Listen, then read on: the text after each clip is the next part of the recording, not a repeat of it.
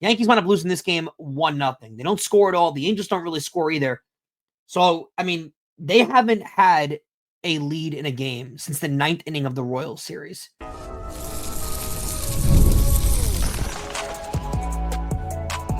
You are Locked On Yankees, your daily New York Yankees podcast. Part of the Locked On Podcast Network, your team every day.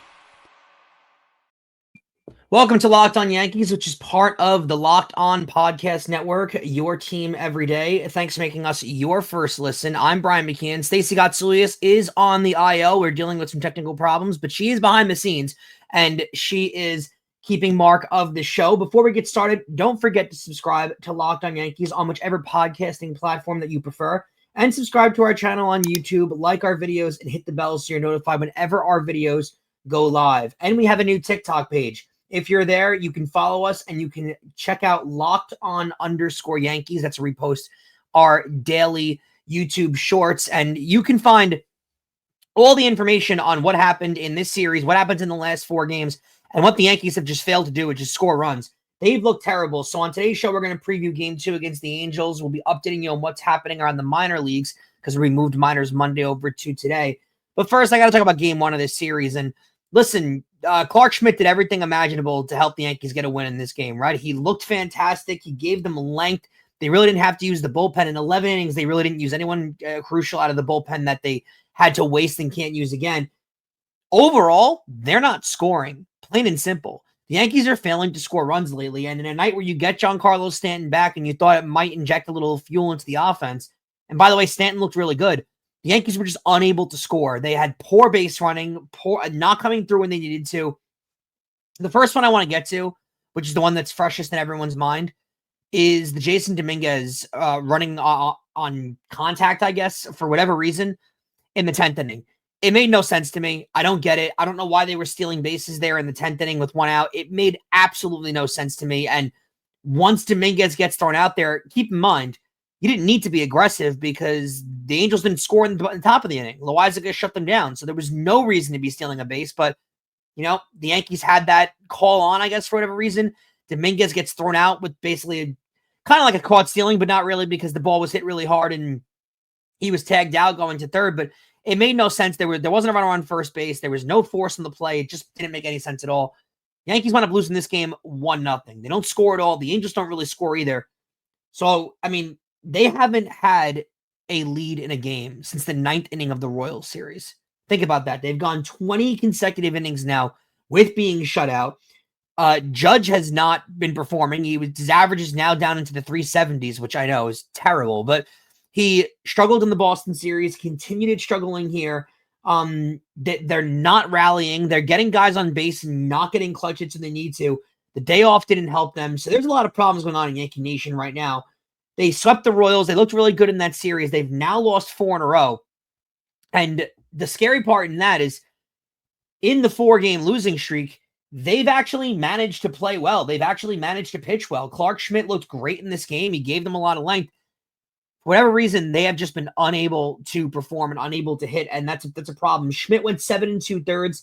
It is the longest outing of his season, actually ties the longest outing of his career, which is really good. He gave up 4 hits, no earned run, 3 strikeouts. So that'll be great if Clarke Schmidt can keep. That's the second straight performance now where he's looked good in the performance.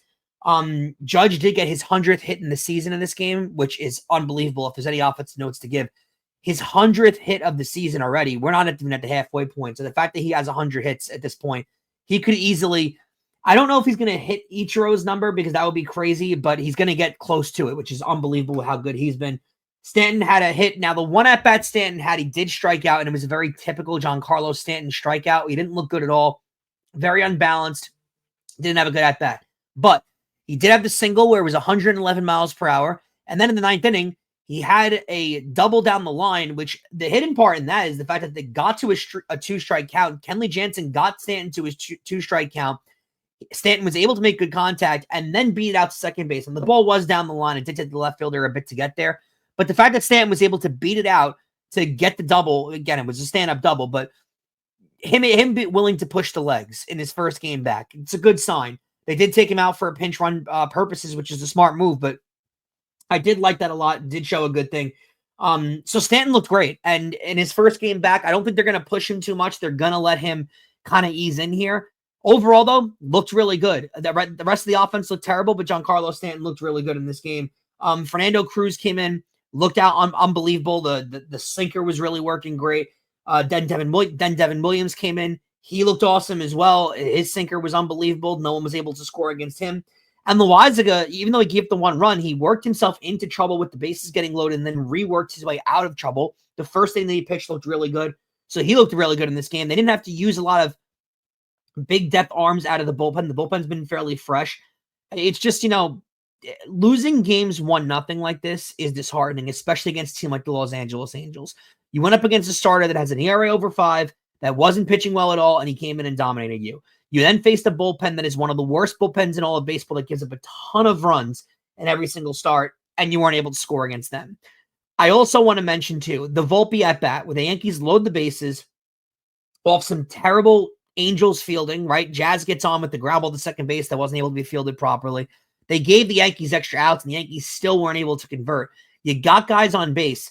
You had a serious opportunity to be able to score at this point, and they bring in a relief pitcher, and Anthony Volpe is swinging first pitch. Now, if you're staring fastball, and you get a fastball where you want it, and it's right there, love it. No problem with him swinging first pitch there. When you recognize that it's a breaking ball, unless you recognize that that ball is right over the plate and you can really drive it, there's absolutely no reason to be swinging first pitch when you realize it's a breaking ball.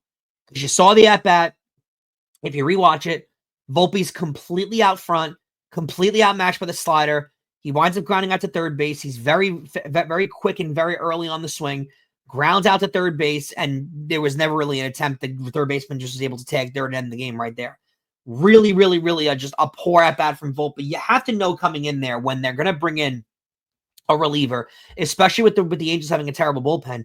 You have to not give them the opportunity that quickly, especially coming right out of the bullpen. I understand thinking a bullpen pitcher is going to want to get one right over the plate just to get a first quick strike. And I'm cool with Anthony Volpe swinging if he gets a fastball where he wants it, where he's looking. But he didn't get that. He got a breaking ball. He clearly went up there with the mindset of he's going to swing first pitch. But when you don't get the pitch you want, you got to hold back and let yourself work your way into the at-bat. Again, their bases were loaded. You only needed a single to end this game, though. You didn't need to swing breaking ball. You didn't need to wait breaking ball and try and get under one and drive it out of the park. By the way, on a night where the ball wasn't leaving the park. I guess if this was a summer night, Kay mentioned it a few times, if it was a summer night, the ball would have flown a little more. It was not a hot summer night. Cody Bellinger drove one really well in the 10th inning. Ball stayed in the park somehow, even though off the bat it looked great. Paul Goldschmidt in the 9th inning really drove one. A center field didn't go out. So if this is a hot July night, you're probably getting a home run, and you're winning the game at that point. But for Anthony Volpe, in a night where the ball's not being driven out, if you see a breaking ball there, you can't swing. You can't swing. You got to take a fastball and be willing to drive it. He didn't do that, and it's a poor at bat. It can't happen. So in Yankees in extra innings this season, listen to this. They're batting .077. They've got a 194 on base, and this is in when you've got a guy on second base to start the inning. So really not a good sign for the Yankees. They have gotten 26 at-bats in extra innings this year. They have 2 hits, no extra base hits, 1 run scored, 1 sacrifice fly, 4 walks, 8 strikeouts. In their last 5 games, they've scored 5 runs with a .462 OPS. This is not a good stretch for them, and we've discussed this many times in our fear of them falling into a swoon because they tend to do this a lot with Aaron Boone. This is how that kind of stuff starts. It is. And I hate to be the bearer of bad news, but this is how swoons begin. This is how bad play begins. You let this creep into your team, and you let the no-scoring runs happen, and you let not picking your starters up happen. This is how it creeps into your lineup, and it's not acceptable. This is the first time since August 9th through 13th of 1990 that the Yankees have scored 5 runs or fewer and had an OPS of .462 or lower in any 5-game stretch. Think of how sad that is. They're playing terrible at the moment. They're not looking good. They're not a cohesive unit, and they're not picking up their starters when they need to. This is not the team that we saw in the first 2 months. I know it's a small sample size. I know it looks really good in the Royals series in Kansas City. But you went to Boston. You played with no motivation. You played with no spark. And now you come home after an off day, against a bad baseball team and you look lifeless and lose the game 1-0 when you had plenty of opportunities. Not a good sign, and it needs to get fixed. Don't forget to subscribe to the channel, hit the like button on our videos, and hit the notification so that you know when our videos go up. You can also join that Locked On Yankees Insiders Club. The link is in the description. You'll get texts from us, and you can text us questions, comments, reactions to trades, and signings whenever you want. We send out lineups during the season. There's roster moves, breaking news, so you don't have to check social media. There's also a 14-day free trial available. Coming up next, we're going to give you an update on the minor league system on the Tuesday edition of Minors Monday.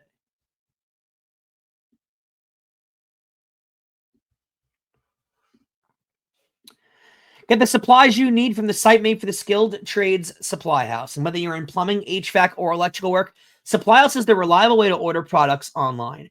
Their easy-to-use website is packed with helpful resources and the latest product info to help you get the job done right.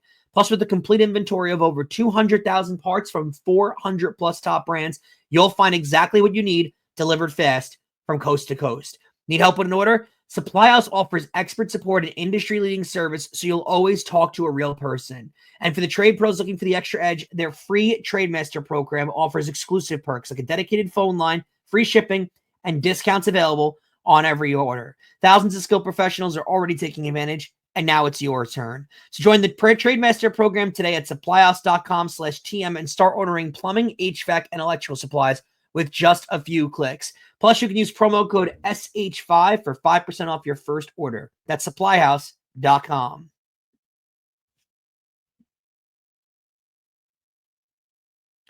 We also have a new way for you guys to leave questions for Fan Mail Friday on our YouTube. You can head over to our channel's main page, click on the posts, and scroll down to the latest post. The deadline this week is going to be 5 p.m. on Thursday. Get those questions in. You guys have done great the last couple of weeks with getting in our YouTube questions for Fan Mail Friday, so we really appreciate it as always. Now, on the minor league front, usually this is the point where I would throw it to Stacy and say, Stacy, go ahead with our minor league report. But again, Stacy is not joining us today. She's on the IL for the day. So I'll be going over minor league Tuesday, I guess, if we're going to call it. Doesn't really rhyme, doesn't really sound good, but that's the best I can go with at the moment. So in the Dominican Summer League down, we never realized how many teams there were in this league. The Yankees have 2, and it is absolutely wild. I think it's like 30-something teams that are playing down there. It's absolutely bonkers. I don't even know if they have any baseball fields down there, but this is what's going on in the Dominican Summer League. There's 52 teams, actually. A few major league teams have 2 teams. The Yankees are actually one of them. It's the Yankees and the Bombers that played on there. The Mets have the blue and orange, so they really, clearly thought very hard on those names. The Phillies have a white and a red team, very original. So they're also playing in separate divisions as well. It really is kind of like a developmental league, but it's beginning down there. Now, the Yankees and Bombers are both 3-6 so far, not looking great. And the Yankees are in the East, and the Bombers are in the Southeast. On June 12th, the Summer League Yankees beat the Mets blue team. And the right-handed pitcher, I am going to butcher his first name, and I really apologize. But Giancarlo Colina, that's the best way I'm going to pronounce it for you. Giancarlo Colina. He pitched in 3 innings, 4 hits, 2 runs, 2 earned, 3 Ks, and 4 strikeouts. He made his professional debut when he's 17 years old. So very a la Jason Dominguez on that front. Let's hope he can continue and develop because Yankees minor league system, the Yankees have found a lot of diamonds down in especially in Latin America over the last few years. They've scouted well. They've been after these players. Even a guy like Gleyber Torres, who they got from the Cubs, was highly scouted by the Yankees, and the Cubs just were outbid for him. The Yankees obviously were not outbid for Jason Dominguez. They really wanted him, but they've done a really good job in developing their Latin American prospects and really keeping an eye on what's going on down there. So this is one of the areas where the Yankees seem to excel as a franchise. Look for them to try and continue that. Let's go to Scranton. Scranton swept the Syracuse Mets. That's in a 6-game series. So they won all 6 games. Sunday's game was their 7th win in a row. So Scranton's getting some good play there. And on the 13th, the Rail Riders hit Frankie Montas, who's rehabbing with Syracuse. So he's going to be back with the Mets fairly quickly.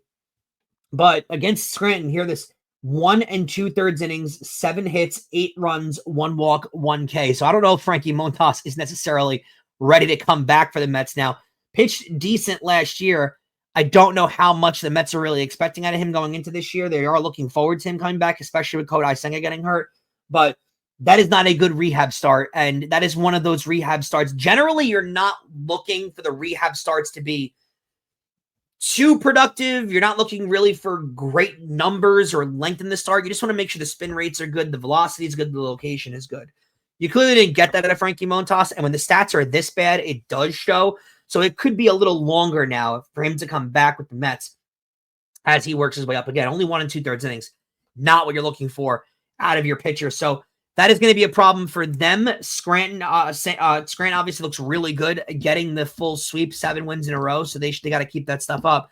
I do want to mention too, Yankees got some awful injury news earlier on in the day. Jake Cousins, and we did an episode a few weeks ago where I kind of stated that what I thought was the importance of the Yankees going out and acquiring a reliever, especially a middle relief guy, because they're going to need arms, especially the more Boone decides to use the bullpen the way he has. Now, the last couple of days have been a contrast of that because Boone actually has handled the bullpen pretty well, I'm not going to lie. Only used Devin Williams for 1 inning on Monday's loss, and he used the Loaisiga for 2 innings. That'll make him unavailable, but Fernando Cruz only went 1 inning, so they really were able to manage the bullpen really well, and it's rested right now, but this is only going to add up, and the bullpen ERA has slowly risen over the last few weeks because the more you use these guys, the less fresh they are, and with having Luke Weaver already sidelined, the Yankees found out that Jake Cousins is going to be hitting the IL with Tommy John surgery, so he's going to be out for the next year foreseeably, and people forget, Jake Cousins had great numbers last year, ERA in the 2s in a lot of appearances, so that's a huge loss for the Yankees, and they were depending on him coming back. Remember, he came back for a little bit, felt the pain, went to get evaluated, and it looks like it's going to be Tommy John surgery. That's a problem for the Yankees. They needed him, and they were looking forward to him coming back and being a part of their team. Now they're going to lose him for the entire year, and now it puts a little more urgency on them to go out there and get a bullpen arm for somewhat of a replacement for a guy they were counting on being in there. They need some sort of middle relief. They need some extra bullpen arm for help coming back, because when we had that segment a few weeks ago, Stacy mentioned back to me when I gave my point about the bullpen arm. She said, well, you're going to get Cousins back, so it'll be that'll be an important addition. And it was one of those things that we were saying kind of was going to be the Brian Cashman motive that he's had a lot of the time, where he kind of says, oh, we're getting this guy back from the injured list, and that's your trade deadline acquisition for that. Well, now they're going to actually have to make a trade deadline acquisition, and they're going to be involved in the reliever market. And because this isn't a really strong market, the Yankees might wind up giving up a little more than they're comfortable with going forward. Now, the Luke Weaver injury news, that'll be a little more watched too, as the Yankees are going to want to see how long it takes Luke Weaver to get back, because the importance of him coming back is going to mean a lot more too. But you're looking at about a month and a week away now from the trade deadline, and that news is going to start heating up a little more. You're already seeing it with you guys with Fan Mail Friday, as we mentioned earlier on in the segment. All the questions coming in are pretty much trade deadline acquisitions. Who can they wind up getting? Who are they going to be looking for? So that's only going to heat up more and more. And in my opinion, the Yankees need to go after a middle relief bullpen arm sooner rather than later. They're going to need that piece to A, eat up innings, and B, a piece they can trust to go early on in the earlier innings if they don't get length out of their starter. They're going to need that. And it's going to become really important, because you can't go forward now with a bullpen arm that you're expecting to come back in Cousins now not being available. They're in a tough spot. And teams around the league look at where you are. Teams around the league know what's going on with your team. So when they know that you're desperate for a bullpen arm and they know you're shopping out for a bullpen arm, the prices are all of a sudden going to be raised. We always talk about the Yankee tax, but there's a tax around the entire league for teams that know that you don't have really any option. You don't have anywhere to really go. So they're going to charge the Yankees a pretty penny, especially in an American League where they should be favored to win the American League. They should go back to the World Series. They should win the pennant again. They're going to need bullpen depth to be able to do that. They're going to need pitching depth to be able to do that. And they have the starting depth. We've discussed that. But right now, the bullpen depth isn't necessarily there. They might try Marcus Stroman there at some point when he returns. But overall, they're in need of a serious bullpen arm, and they're going to need one sooner rather than later. So I'd expect the Yankees trade rumor mill start churning a little quicker than most other teams, because they're going to need to be in on getting a bullpen arm. Coming up, we're going to preview Game 2 between the Yankees and the Angels, and I'll take a look around the league with you guys to be able to dive into the news that's going on around the rest of the league.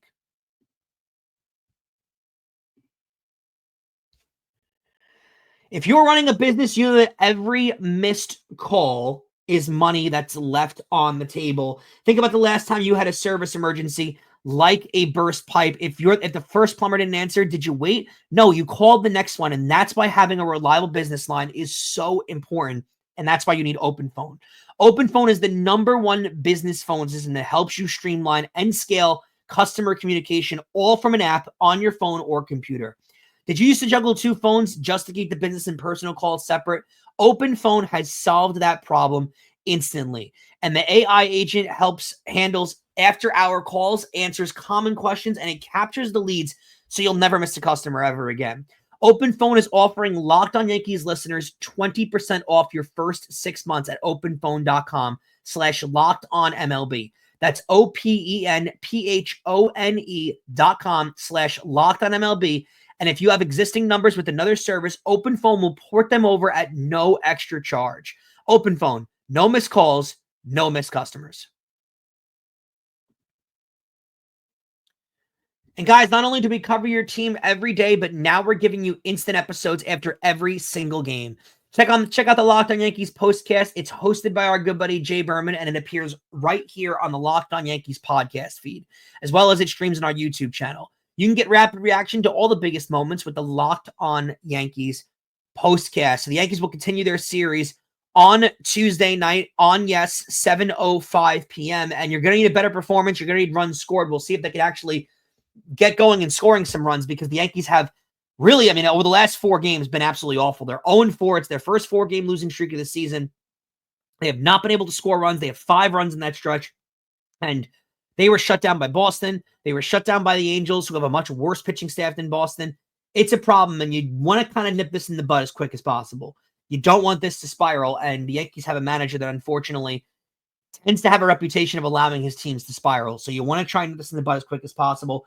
They'll get that opportunity with Will Warren on the mound. He's 4-3 with a 4.86 ERA. He'll go up against former Cub Kyle Hendricks. He's 4-6 with a 5.20 ERA. Now, I want to bring this up too. We've talked about the importance of the Yankees having their best pitchers like Rodon and Fried separated in that pitching rotation, because what it allows is one of those guys to come in and be a stopgap.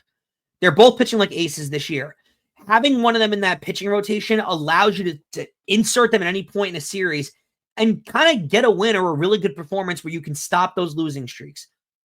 Having them in the Boston series, be able to match up and pitch back-to-back, wound up being a bad move for the Yankees.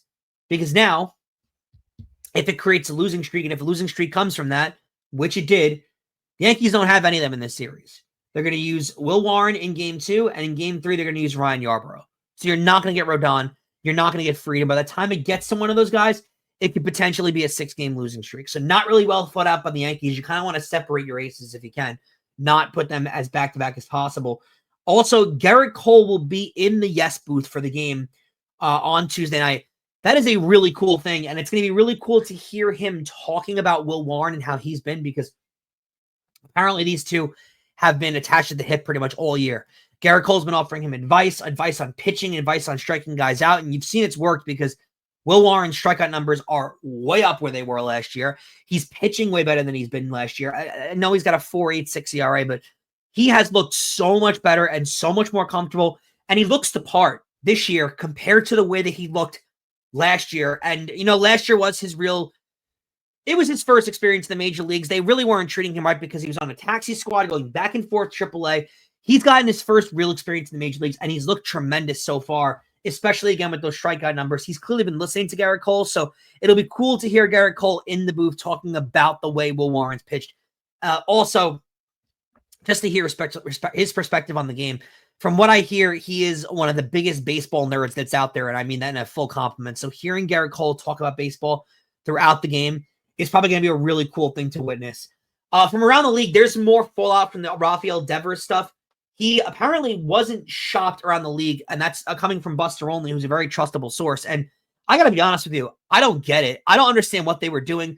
Why wouldn't you shop him? What if a team is willing to give up a ton for Rafael Devers, which probably would have created a little bit of a bidding war? So if the Padres, the Angels, the Dodgers, name the team that wanted him, was willing to bid a ton just to be able to get him knowing he's available, they might have been willing to do that. Instead, they didn't even shop him. So they sent him to the team that wanted him first. I don't know. I don't know what wound up happening here, but very weird. Doesn't make a lot of sense. Craig Breslow thinks the Red Sox will win more games now without him. I completely disagree with that. I know Rafael Devers wasn't the biggest team player, and I know he wasn't the team captain that you all wanted to envision, and I know he wasn't this team first guy that really he should have been for that kind of money. I get it. I understand where you're coming from. He's also a top 5 player in the league, and you can't, in life, cut off your nose to spite your face whenever you need to. It's not the way things work. And the Red Sox seem to translate Rafael Devers' bad attitude, behavior, interest, whatever you want to call it, into he should not be on the field playing for us. That is such a bad mindset because he is the best player on your team. He is one of the best players in Major League Baseball. And to remove him, not smart. To trade him to the Giants for basically nothing because one of those minor leaguers, Kyle Harrison, was already sent directly out to the minors, cleared waivers immediately after getting traded. Just not the way you handle things, not the way you do things. And the Red Sox are a victim of that. So not going to sit here and say I have a lot of sympathy for the Boston Red Sox or their fans, but what a disgraceful showing to get rid of Rafael Devers and basically escort him out. Makes absolutely no sense. I'm not sure what they were doing. So Shohei Ohtani making his season debut. Now, this is crazy because we thought that without a doubt, he was going to appear in July or August. Now, we got the report last week that he was a little bit ahead of schedule, but no one thought it was going to be the next week that he'd pitch. I don't even think the Dodgers necessarily knew, or they were keeping it really tight to the vest. Now, they've had an insane amount of pitching injuries this year, so getting him back is key. I don't know if he's fully worked up. Now, you have to remember, he's not able to do a minor league stint where he warms all the way up and ramps all the way up because of his bat in their lineup and how important it is. So he's going to do this on the fly at the major league level. He came back earlier last night. He pitched an inning. He gave up 2 hits, 1 earned run, no strikeouts, no walks, but he did throw in the triple digits. So he was throwing gas. He also went 2 for 3 as the DH with 2 RBIs. He's great. It pretty much locks up the MVP award for him in the National League because whenever he pitches, they tend to give him the MVP award. It's huge for the Dodgers. It's unbelievable. The fact that he came back as quickly as he did to get back and be able to pitch, and he's going to be an effective pitcher once he gets his stuff right, once he gets his location right, once he ramps his arm up.